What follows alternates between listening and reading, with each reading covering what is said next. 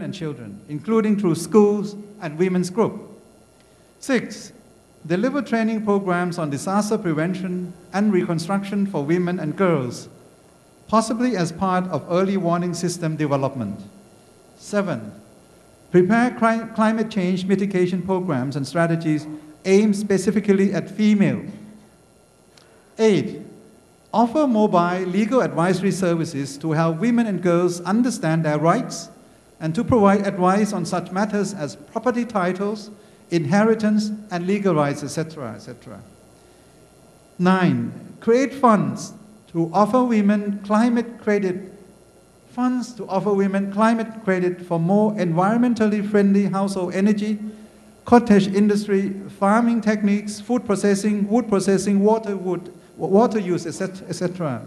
This could include assistance to meet stricter standards and certification requirements. I have a small anecdote to relate to you here on this fund for climate credit. I have talked to my friend Dr. Pashori. As you know, Dr. Pashori is the chair of the UNFCCC, a Nobel winner. The other day he was telling me of this women participation in climate credit by organizing. In India you have more than 50%, or in certain area more than 70% of people with no electricity. So they organize a group of women around a project which make use of solar cell. So solar cell, in a very, I would say, simple technology, has been built up in villages in those areas in India. They ask women to operate the solar cell. Every day the women from different families will come to the center to charge their lanterns through the solar cell. So funds are created like this, earning money for women who do the solar cell. And also it's quite cheap to charge the lantern so that families can have lights in the evening. This is a very simple project, what Dr. Pachori told me, the low-hanging fruits of technology.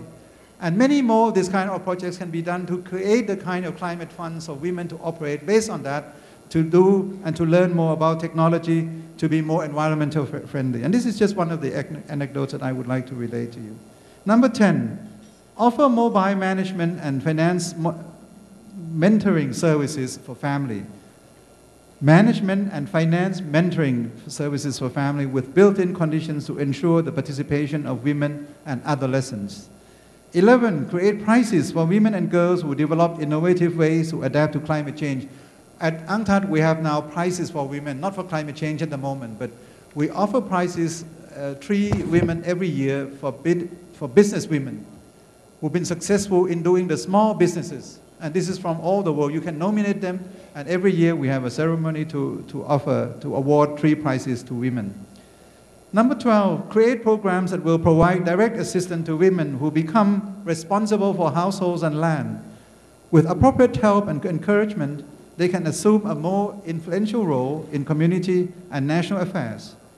13, offer land and property mapping and titling advisory services with the aim of improving transparency, accountability, and predictability, crucial factors for sustainable investment. This challenging task would have to involve all stakeholders, including local and national authorities. And the last and 14th point, maximize the reach of such efforts. It will be important to enlist the support of multiplier entities such as teachers. These are agents of change, teachers, healthcare workers, religious authorities, business chambers, extension agents, NGOs, women's self-help groups, farmers club, garden club, all these people who are agents for change has to be mobilized so that we would have multiplier effects.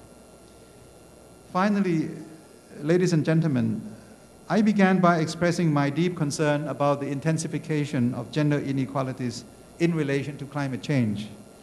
I end now by reiterating that concern, like to emphasize that concern, but at the same time, to share my hope that prompt action can and will reverse this tendency and adversity.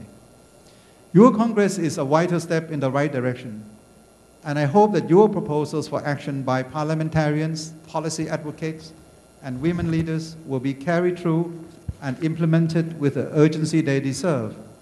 The good practices that emerge from that process should be replicated around the world, and I hope I will be one of your agents who carry some of your decisions, your recommendation through to implementation. Given the clear links to trade and development, UNCTAD is proud to collaborate in your endeavors. I would like to take this opportunity to invite all of you to our so-called expert group meeting on the theme of mainstreaming gender in trade policy, which will be held next March 2009 in Geneva. And I look forward to seeing all of you there. Thank you very much for your attention.